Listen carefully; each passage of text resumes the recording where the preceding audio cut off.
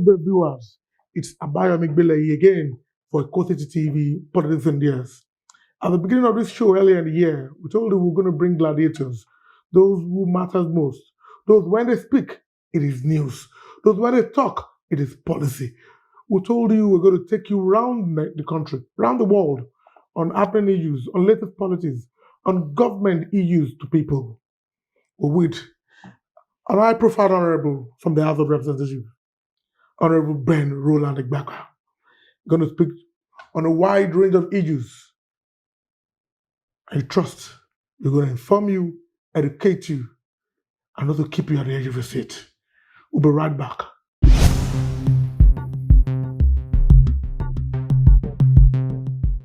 Alright, my name is DJ Switch. Call me VJ Adam. My name is Niniola. My name is DJ Sose. I go by the name J1. Your boy Magneto. And you're Listening to I keep rocking with Eco City. Eco City. Eco City TV. Eco City. Eco City TV. Not Eco Hotel. Peace. So welcome back from that short break. As I told you earlier, we have an high-profile guest, a member of the House of Representatives, Ethiop constituency to be precise, in Delta State, Honorable Ben Igbakpa. Good afternoon, sir. Good afternoon. How you doing? I'm good. How you doing? You're looking very cultural today. Always cultural. Okay. Well, hope we are coronavirus free in this on our studio today. Well, very, very. By the grace of God, the government of Lagos State is doing a lot. So I must commend them and hope they keep it up. Hope the nation give the national government give them the needed support and ensure the same feat should spread across the entire nation. Yeah, Honorable, we are going to discuss a wide range of issues from politics to policies, and most and also we're going to discuss PDP, the Supreme Court judgments, and a wide range of issues. But first, let us talk about the burning issue, COVID-19. Our battle is our economy. The dreaded disease, it may not be affecting Nigeria as well, but is damaging our economy because we are a oil and import dependent economy. So what is your take on this? Well, it's very, very unfortunate.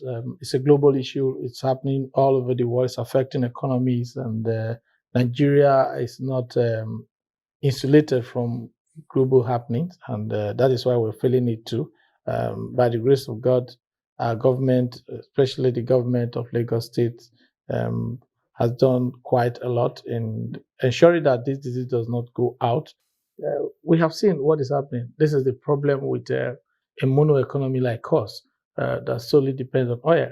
Now that China is off the way this period, whatever request from China is not happening now, and is beginning to affect the global market of the oil and gas business, and that is affecting us. So thankfully, our president has been proactive. He's called the Minister of Finance and set up a committee to look into the effect of the coronavirus on our economy, and that, according to the Minister of Finance, might affect reducing the size of the budget, and that reduces a lot of things. It affects a lot of things. And we are praying that this should go quickly so that the economy can bounce back. Yeah, but because apart from the effect on the finances, even the Honorable Minister for Transport, Honorable Rotimi Amaechi, came out there that the set date for delivery of projects in terms of railway, in terms of roads, will be shifted forward because most of the deliveries from China in terms of personnel, in terms of equipment, are going to be moved forward because of the COVID-19. Is it not taking more than a toll more than we're expecting? Yes, it is. It is. This morning, I listened to my governor, the governor of Delta State. Even there is an ultra-modern secretariat that promised to deliver in May.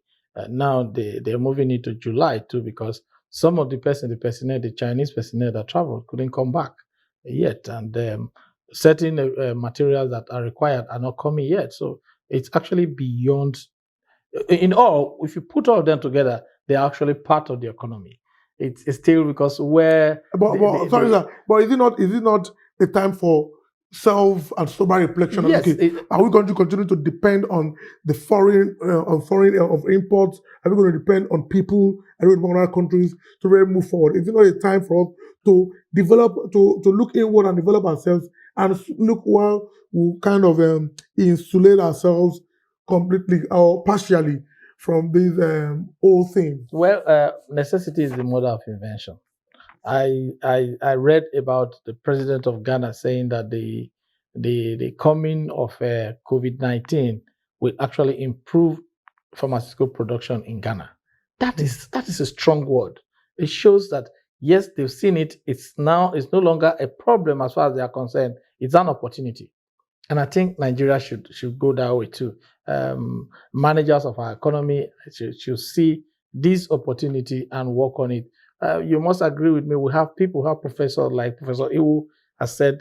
He developed a vaccine on SARS, and if you look at it, they are people are almost taking it as a joke. It's not a joke. It's not a joke. That is why we get it wrong. Somebody is a professor, a renowned professor, and he's coming up people with are looking such... at it from the angle that, okay, well, because of the EFCC case, he's losing it out to divert attention. No. What has formulation of a vaccine got to do with EFCC case? That is the man. The man is not a professor today. He's not a professor of oil and gas. He's a professor in biochemistry, and I mean somebody who knows about these diseases and the virus that we're talking about. So if he's coming up with something, forget whether he's having issue with the government in terms of anti-corruption crusade. No, forget about that. Deal with the issue that he's coming up with. The man is bringing something to the table, and I think government should listen to him, see how he can be supported.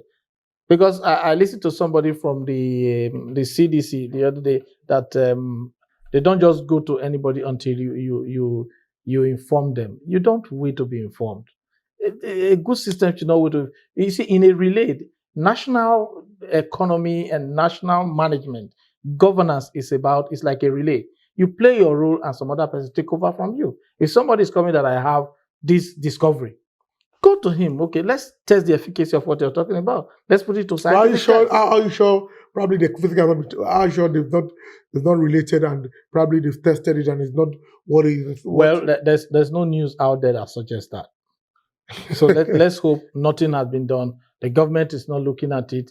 Look at where you're coming from. That maybe because the man has, I feel that is unacceptable. Nobody should think about because he has an issue with government and his professional ethics and his professional efficiency should be put to not. Yeah, thank you very much, Honorable. Thank you. Yeah, viewers, you can hear Honorable has spoken on COVID-19 and in relation to the economy.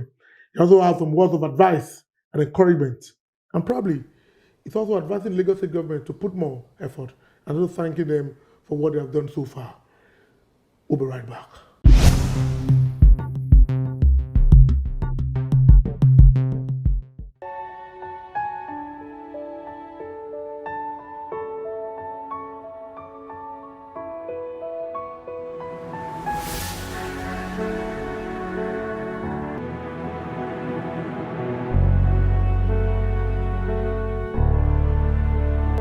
Welcome to Apno Hotel, the home of hospitality. Your comfort is our utmost concern, and with that in mind, we created a masterpiece with an environment that simply spells home away from home. Apno Hotel prides itself in exhibiting professional hospitality management skills and safety of our customers and clients in high regard. Our core values include strong value for excellence. We ensure that things are done with utmost perfection. We go overboard to get things done right. We are very original, and our innovations capture current trends in the industry. We pride ourselves with honesty as a core value. We are very professional and highly competent in our area of specialty. We have no room for mediocrity. We also have facilities and features well suited for our clients. Our gymnasium is fully equipped and suitable for your preference. It's indeed home away from home. The poolside is one of the best sites in the hotel. It is situated at an exclusive area in the facility for a sweet ambience for relaxation with close proximity to the bar. Our restaurant and bar services are unequaled. We delight in ensuring our customers and clients are thankful during and after their stay, with provision of elite chefs and variety of dishes ranging from intercontinental to African and to local. The bar is tastily furnished and equipped with professional bartenders who understand the language of drinks. Our side attractions include free internet services to all customers to aid both business and personal online activities. Apno is situated at Prince Boyce Francis Close, Abule Parabo, via kilometer 35 Lekki Ekpe Expressway, a suburb of Lagos. It also gives access to roads leading into different areas in Lagos. Our hospitality games are over 100 points. Apno Hotel is hinged on this service at its best. Hey, welcome back from that short break. We're still with Honorable Ben Roland Igbakpa, Etiop constituency, Delta State, Federal House of Representatives. Honorable, thank you for joining us. Thank you. We were going to, thanks for the expose on the COVID and advice thereof. Now we're going to your party, the PDP. There have been several judgments. Some have gone for them, some have gone against them. However, the public, some publics, or rather the opposition, have lampooned the PDP of crying foul or wailing when judgments don't go in their favor, only for them to hail the Supreme Court judges or judgment or judiciary if judgment goes in their favor. So what's your take on that, sir? My brother, it is natural. When you're losing, you cannot beat a child and you tell the same child, don't cry. Whenever a child is beaten, you should expect the cry to follow. If somebody lost and you expect the person to dance and thank whoever is taking the decision, it is natural. That is the natural law as far as I'm concerned. So PDP has not done anything extraordinary. They cried because they ruled against them, because they found, okay, if you look at the I understand you quite well when you say it's natural. It's natural for everyone to be sober It's a when you natural lose. thing. But the fact that You when you, celebrate when you're winning. when you ridicule the judiciary, when you make a mockery of the judiciary, if a judgment does not go in your favor, let's take for instance the judgment of former governor Emeka Iyodia. They went on a protest. They tried to probably force the hands of the judge, according to some people. Okay, now let me tell you. And all of that. Let me tell you. It's not Which good for of, the which of the parties, the two main parties in Nigeria, APC, PDP, who among the two have not cried foul when it falls? We're not talking about APC here. We're talking about the attitude of the because PDP. it is natural. Because when it happened to APC, I remember Mr. Oshomole said nobody's going to be sworn in Bayelsa. That is. But probably they took precedence from the actions of the because PDP. It is natural in the because they are human. Supreme Court judgment. Former Governor Oshomole is a human being. He's seen something he has gotten. So are you saying that should? And if you look at the two normal, judgments, that should be. it's normal. Where things go wrong. So we should continue to ridicule the judiciary. No. Nobody ridiculed the judiciary. They ridicule the People judiciary. complain. And now, if you look at when both parties went for an interpretation and review of the cases, what happened in one? The first one, what happened? They won between Bayelsa. What was the outcome? They asked they awarded costs. Costs. Yeah. On the one of PDP, was any cost awarded? No, at all. See, it is only what happened is the fact that the judiciary, the Supreme Court, like the name implies, is supreme, and it will be an aberration really for them to go back and review themselves, because it means there won't be end to litigation. That is what they are trying to stop. But if you look the one of Imo, there's a special case because overvoting. Nobody performed the overvoting now. It's actually the judgment that brought out overvoting. Okay, so the total number of persons accredited was lesser than the total vote that the Supreme Court finally gave. I agree with you on that. If you look at our senior people at the Supreme Court, they have spoken. It is final as far as I'm concerned. And but in our place, when an elderly man don't go begging a young man, I mean a younger person, they will only say, okay, it's enough. They tell you it's enough. And that is what the Supreme Court has said. PDP is enough. Let's just leave it there. So, but if you look at the Bayelsa judgment, yes, it also has some flaws. What are the flaws? First of all, if you look at the review, the Supreme Court judge didn't say the deputy governor forged any certificates. They only said he had multiple identities, which So they did not for prove somebody to- who has multiple identities, which they didn't prove. does that person exist? One. Secondly, the APC is saying in the case of Audu, the late Audu that won the Kogi state election, and Faleke, they were on a joint ticket. But the Supreme Court ruled that because he's dead, that ticket ceased to exist. They now asked the APC to replace the candidate. No, now The truth is, that ticket did not cease to exist. The vote he got was transferred. but what happened to the deputy? So if what happened to the deputy governorship candidate? that is those So- are the lacuna that we Yeah, have found so in for you our to say- electoral laws for you to that say- today the National for Assembly you to is trying say, to amend. for you to say that there were no flaws in the pre-referendum, I think it's a bit biased and As partisan, far as I'm concerned, there are no flaws according to you. because the ticket is a joint ticket. yes, Somebody did so the not. Faleke and Audu were not joint tickets. Somebody did not die. That's a different issue. Was there entirely. any provision? If you look at our electoral law, is there any provision that when somebody dies, Okay, but why can't Before now. the main person is David Leon? they have not been sworn in? If he had been sworn in, the deputy will have taken over that time. You know that? Yes. Yes. But this one, they have not been sworn in. They are still in the process. The food is half done. So it's not that the food has been fully cooked and now But they're what saying are- what- that what- the what other is- man, what- Faleke is my what brother and my policy- friend, What policy? and I would have been happier if it was given. What policy makers and opposition is saying is that there are flaws in both judgments. So it's wrong for the PDP to select. brother, to be okay, now let's do it this about way. the wailing. Let's do it this and the way. crying. You win and some, the ridicule. you win of- some, you lose some. Yes. You can't be the victor. That is the at case. all That times. is the issue. So people are saying why that- not celebrate with PDP where they have won and allow them to cry where they have lost? That is the natural law of equity and fairness. Yeah, Honorable Benny, well, people, you will say, our viewers will say, or the public will say, you will definitely support your party in that steed. But however, it's only for the government and your house, I mean, that's the referendum and the National Assembly, to work on our electoral laws, to make it more feasible, so that there will be no ambiguity Well, in the process. I tell people that I don't believe that the judiciary is the last hope of the common man. I still believe that the last hope of the common man is actually the legislative arm of government.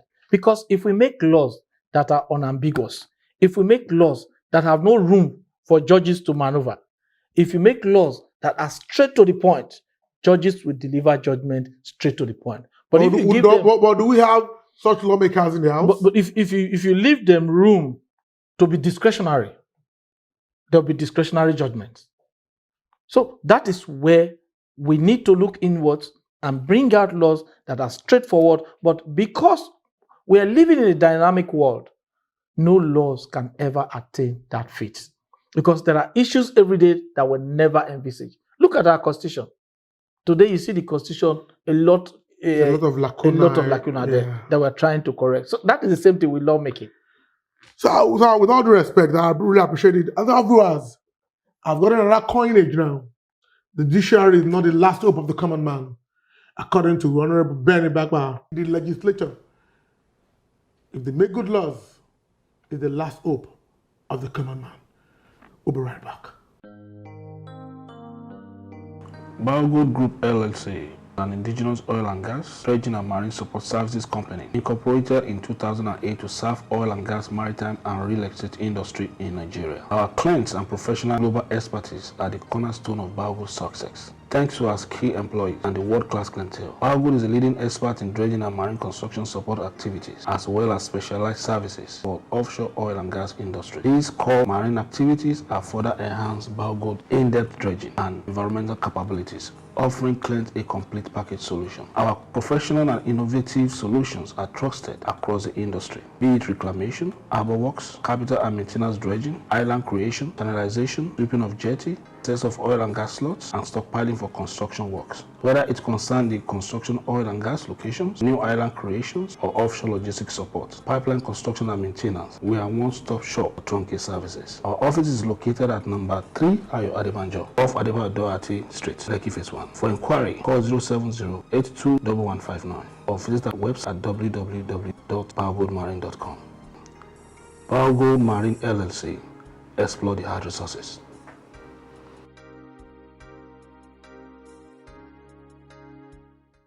Welcome back from that short break. I hope you are enjoying our conversation with Honorable Ben Igbakpa, Etiop Constituency, Delta State, House of Reps, the PDP. Honorable, thank you for your time with us. Thank you. Yeah, I want to go to where you really work, the Federal House of Representatives. There's this thing maybe the public don't know about, the IREP. What is it all about? Oh, IREP. IREP is by creation, meaning I is for me. Rep is normal representation. I represent you. And I came up with that, the IREP format, because in the course of my campaign, I promised my people, I'll represent you. I'll speak for you. I'll make laws for you. And I'll represent you, which are the 3 key cardinal role of a legislator. Now, I'll represent you. I'll represent you. I'll speak for you, and I'll make laws for you. Okay. Then I created the IREP form, which will be a basis for my campaign slogan, which is "This is the time."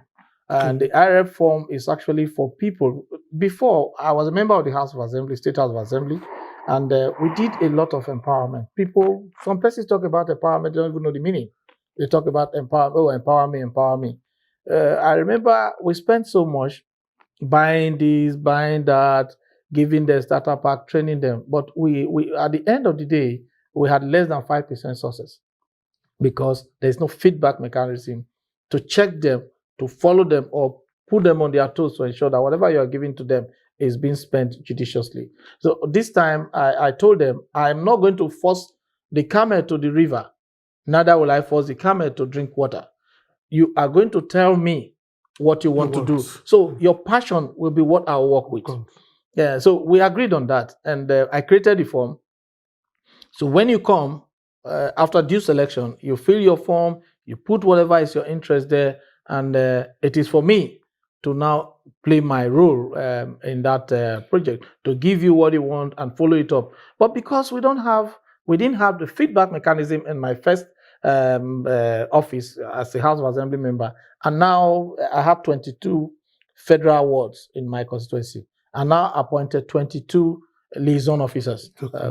We call them constituency liaison officers, to deal with every ward and the people that we are empowering in that ward to follow them up. It's strictly for your constituency. It's for my constituency. Okay. Yeah. So it's actually our method of reaching out to our people. Okay. My constituency. That is the IREP. Okay, that's a good innovation from your person. Now let's go to your state and your region, because your region is like the goose that lays the golden egg, but we actually don't benefit as much as it's supposed to be. But there's also some permutations and combinations here and there saying that there are some selected few that enjoy the largesse or the resources of that region. For instance, the Honorable Minister for Niger Delta Affairs, Mr. Former Governor Fabio, revealed so much sleaze in the NDDC. Even, a senator from your state was alleged to have gotten well over 80% of all the contracts issued by NDDC. And people are saying that, okay, if there's so much sleaze in that agency meant to probably provide infrastructural development in the South, as a breach, as a gap, as a breaching the gap. Why are you complaining? Why is that region complaining of neglect, complaining of abandonment, when so much has been put into the NDDC? And according to Mr. Kpabio, he said the NDDC is treated as an ATM. What's your view on that? Well, first I must express my disappointment at the management of NDDC so far. It's not been well because the region is supposed to be better off. But I believe again it's about the managers.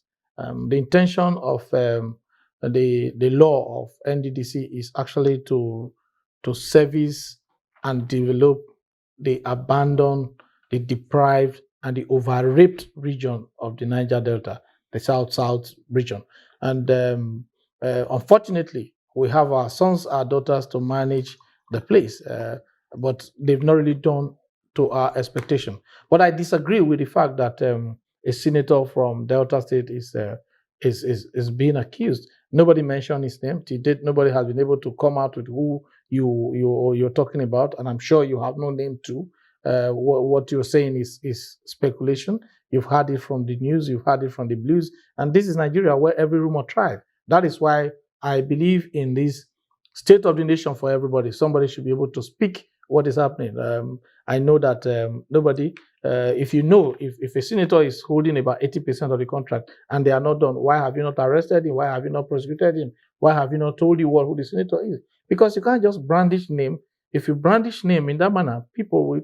There are laws in this country. But it's also on record that the NDDC, that's why so much resources. Yes, I just told you about my disappointment. I agree with you that the NDDC has not delivered up to expectation. But at the same time, it's about the managers. So I think. But the managers are your people. They are our people. That is the disappointing part of it that I'm looking at. But by the grace of God, with now that the governors has decided to come into it, the governor protested to Mr. President. That is why Mr. President came up with the issue of the forensic audit that is going on. Today, NDDC is no longer business as it used to be. Yeah. I spoke to one of the directors this morning, and I am happy with when it turned out the activities lined up for the period and what they intend to do. I'm happy because I'm from an Oya Police community. So if the fund from the region is coming and my area is developed, my people will be proud of me, and I should go out and say, yes, this is a product of what we are getting. So I must tell you that nobody's happy about what is happening in the Niger Delta.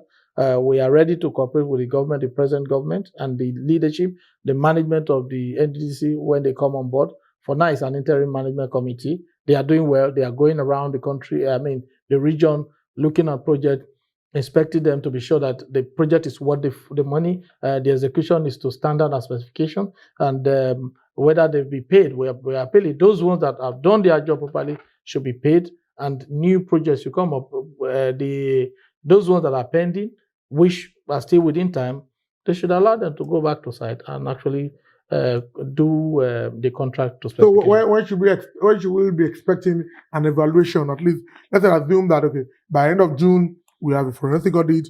Let's there's a new beginning for. That is for the Ministry of Niger Delta. But you are directly and indirectly affected because you are from that region. Yes, but people are deprived. People are being raped. Yes. So you should be a voice for the people. No, I cannot sit here and tell you this is when they are going to do the work because it's massive. They're looking at projects since 2010 till date, and they are going to look at them whether you have collected money, whether the project was executed. So it's going to take some time, and we believe they are serious. We believe they need to write their name in gold. We believe history should remember them for being the drivers of this forensic audit that will herald a new NDDC board to work the way we expect it to work. Thank you very much. Thank you. Viewers, the son of the soil has spoken, and is also of the view that the president is doing the right thing in the forensic audit of the NDDC.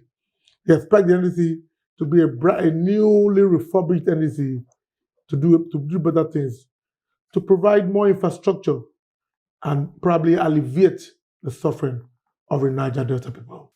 This is Bilayi Abayomi for Eco City TV. on politics on theirs. You can join our social media handle on the Coast City Media, at the Coast City TV, and at the Coast City TV on Instagram. Join us for our next edition. Bye for now.